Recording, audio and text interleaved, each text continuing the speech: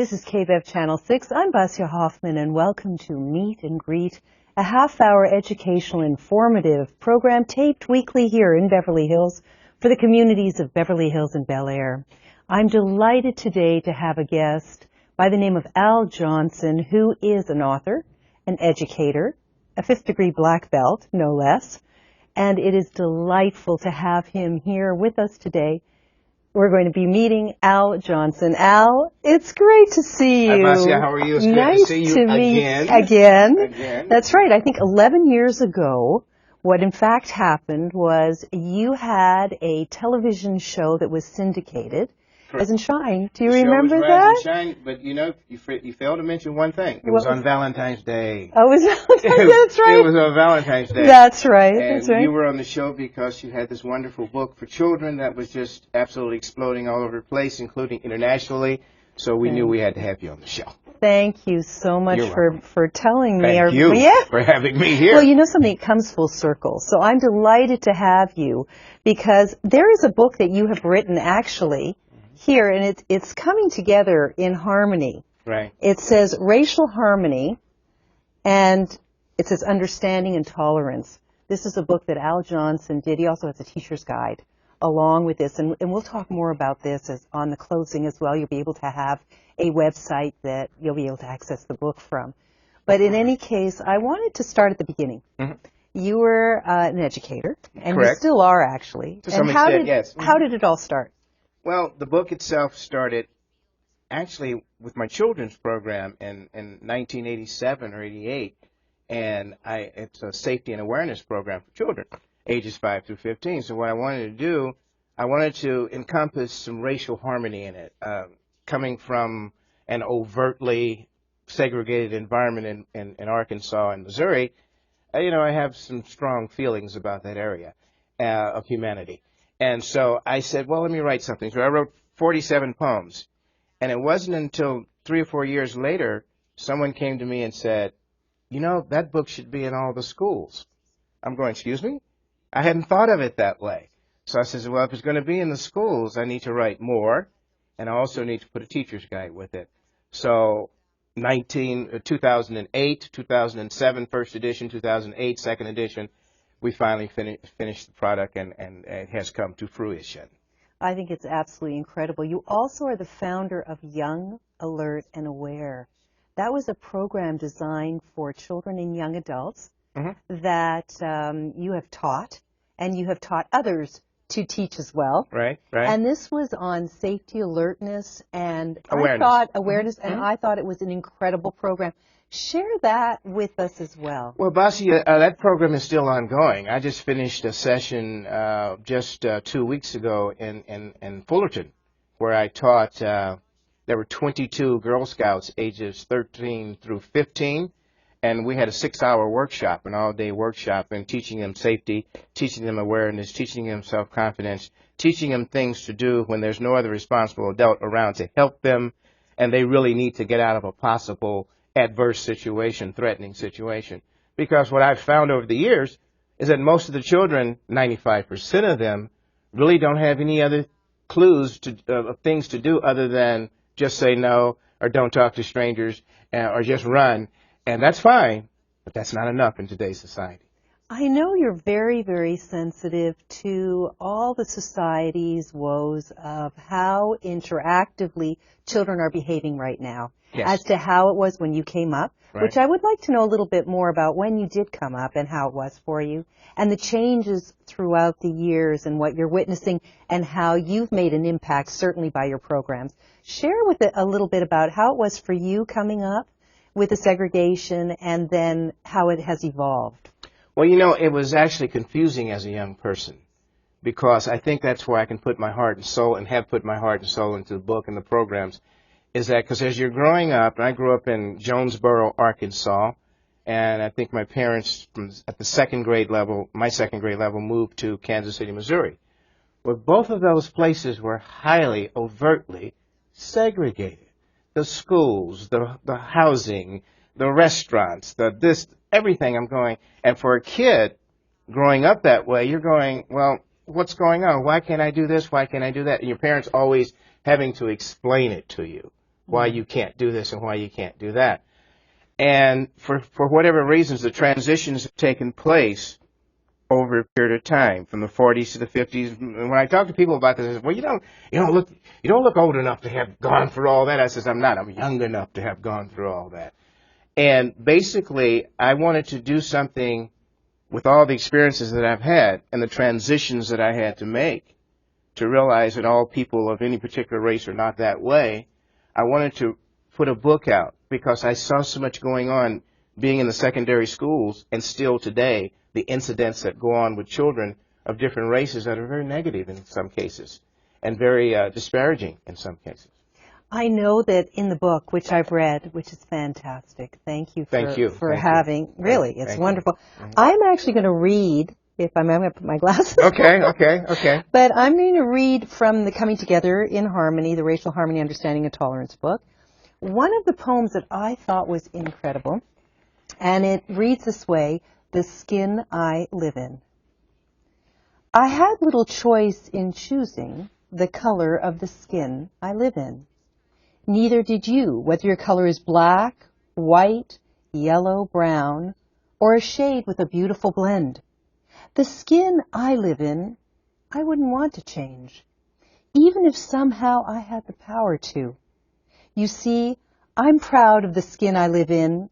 Hopefully, so are you. The skin I live in as a person makes me no better or worse than anyone else. The skin I live in should not determine how I treat other human beings or how they treat me. Those decisions made should always be heartfelt. We'll all live and die with the skin we live in. This fact has withstood the test of time. Wouldn't it be nice if the skin I live in and yours could give each other a warm smile and be colorblind? This is from this book here by Al Johnson, and it is fantastic. That touched me personally. I thought it was remarkable. You are such a talent, not only from the writing perspective, but you also write songs, you've produced, you've sang, you're an educator, you're a black belt in karate, as I said, you've had the studios in karate, you've taught. You're multifaceted. Which area do you prefer the best in terms of working with children and the community? That's an interesting question, Basia. Sometimes I guess they do call me a Renaissance man. Yeah. Well, it's the God-given talent, and fortunately, I've been able to hone it and continue to hone the talents, because when you're creative, you never say settle and satisfied. Should become satisfied that this is the best I can do. There's always room for improvement.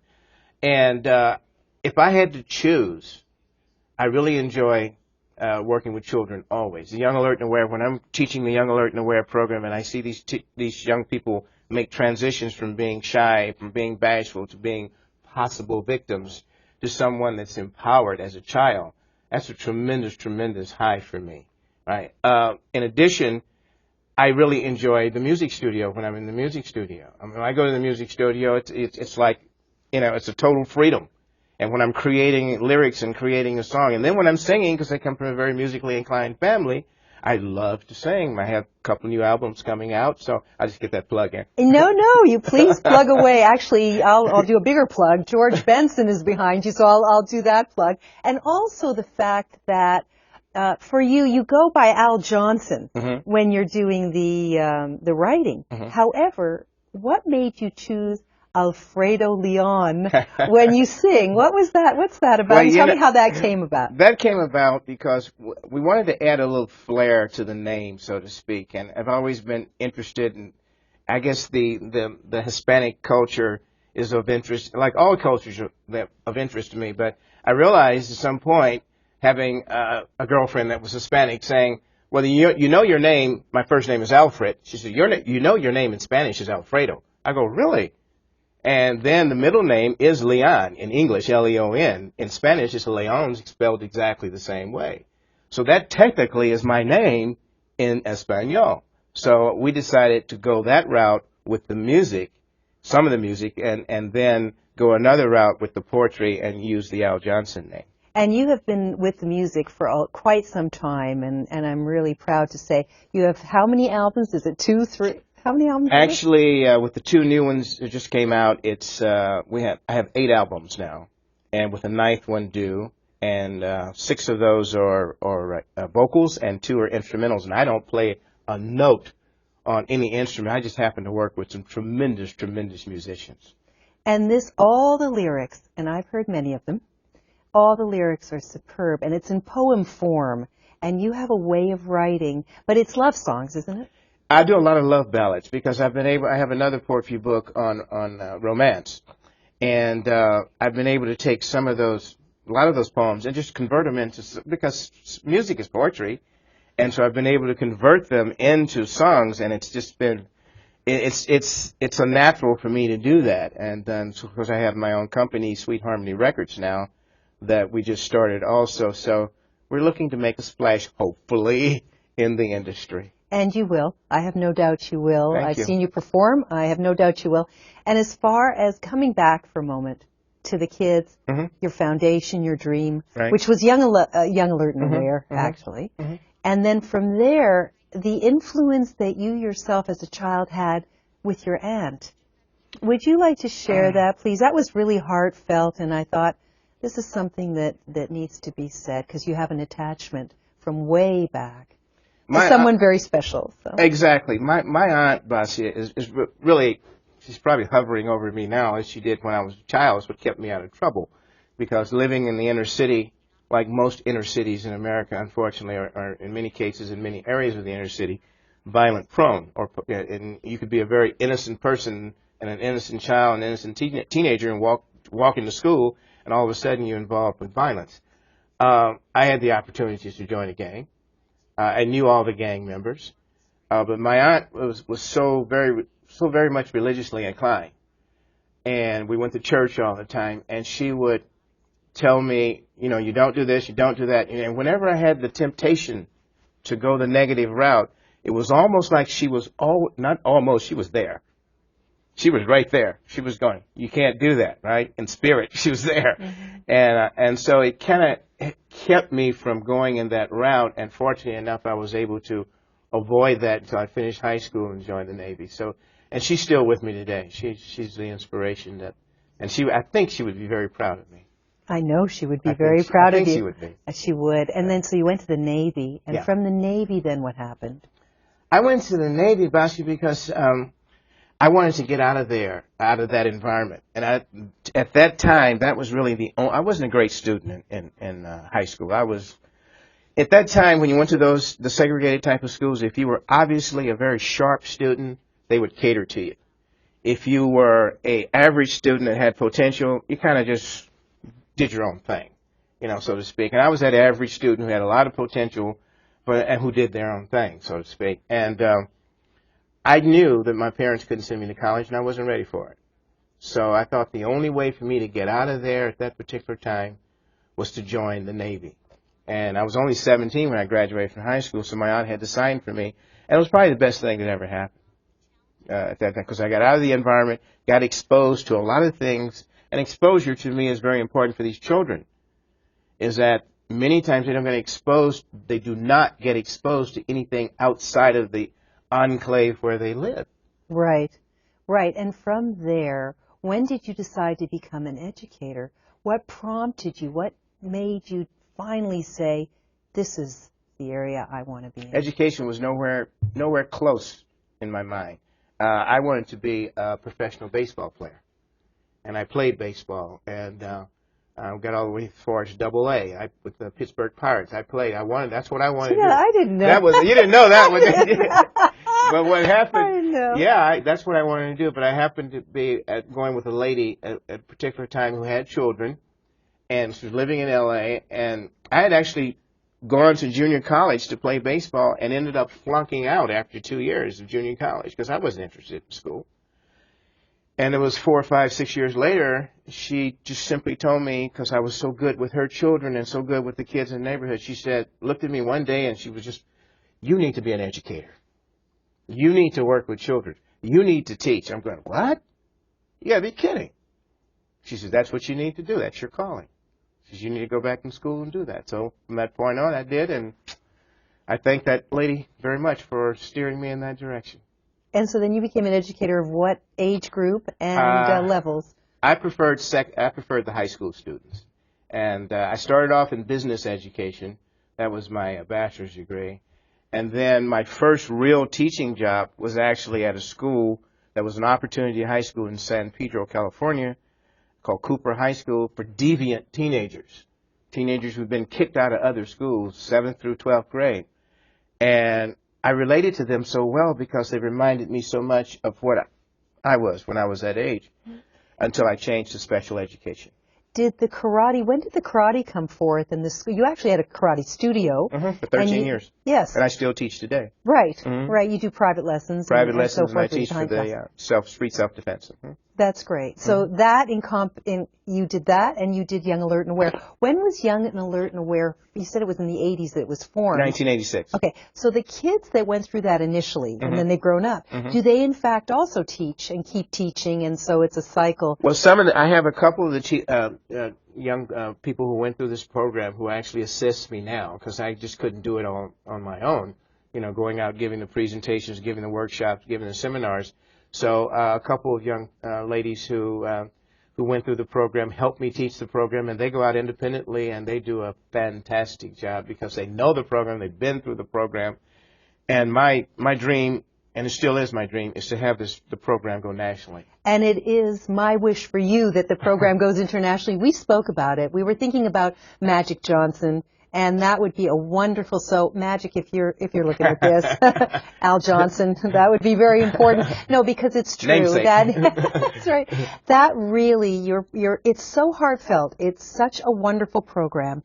It is so effective, and it should be taught as one of the courses in the school system. I know that is part of the curriculum that you're thinking of. They're going to be introducing it. That's in the works. I would so hope that it was, because we need something like that in this time, absolutely. So Magic Johnson is a good inroads to what you're doing, and I know that you've had contact, and that that's something that would be in the future. Right. And he's got children. Everyone's got children. We need Exactly. So where is it different from Just Say No? What's the difference? Young, Alert, and Aware, Just Say No. What is the difference there? Well, what I've found, Basia, after teaching thousands of children, I can truthfully say that since 1986. Thousands of children, when they just say no, and no doesn't work, or they're taught not to talk to strangers, and the majority of people who take advantage of children aren't strangers. They're someone the child knows, someone the child trusts, someone the child may even like a great deal, which confuses the child more.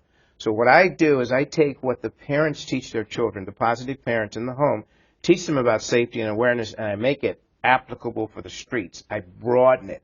What happens when you say no and the person is still there with the potential for negativity? What do you then do? What do you then do? What would be something that you can give an example so that the people viewing this would say, I have gee, children, I should do that. I have children be creative. I have them do what children aren't expected to do. That's their best chance of getting out of that situation, because the predators expect children to react a certain way. What is the expectation? Can you break it down and give it an example of what would be expected and then what to do? Absolutely. Okay. Let's say a child quickly is being approached by someone, they don't have a weapon, and they're walking straight toward the child, and the child's by him or herself. Okay, one of the things that I teach is that I teach children to have wonderful body language. Because the body language itself, and we go through a whole scenario of that, I had a chance to, because I've worked with Redondo Beach Police and Manhattan Beach Police Departments, had a chance to listen to a predator who actually approached children because of the way they looked. This wasn't a spontaneous guy. This was the guy who would watch a kid for 2 or 3 days and then decide, why is this kid's shoulder drooping all the time? Why are the arms crossed all the time? Why is the head down all the time? The chin to the chest. So we work on body language. And then when we correct the body language, that in and of itself, the walking body language, the standing body language, the sitting body language, because this predator said, these kids didn't know I was even watching them. I could have been in my car, in my house. Sometimes I was in the park. I look like anybody else because we don't know what they look like. So I teach them body language in and every session. I would think that would determine what you were saying with the slumped shoulders, the head down. That's victim. That's victim. Automatic victim. Right. Automatic. Right. So we correct that. We take time and we correct that. And you'll be surprised. I get 75% of the children who are walking like victims. And especially in this day and time, and they're not aware of their surroundings. I will set up a scenario, tell a kid, you have 3 blocks to walk to home. Let's say this is a teenage 14-year-old girl. You have 3 blocks to go, okay, or to your destination. Show me how you're going to walk to that destination. Just show me, whether you're walking by yourself or not. At some point, you are going to be. 99% of the children will walk straight to that destination this way, like soldiers, but never look to see what's around them.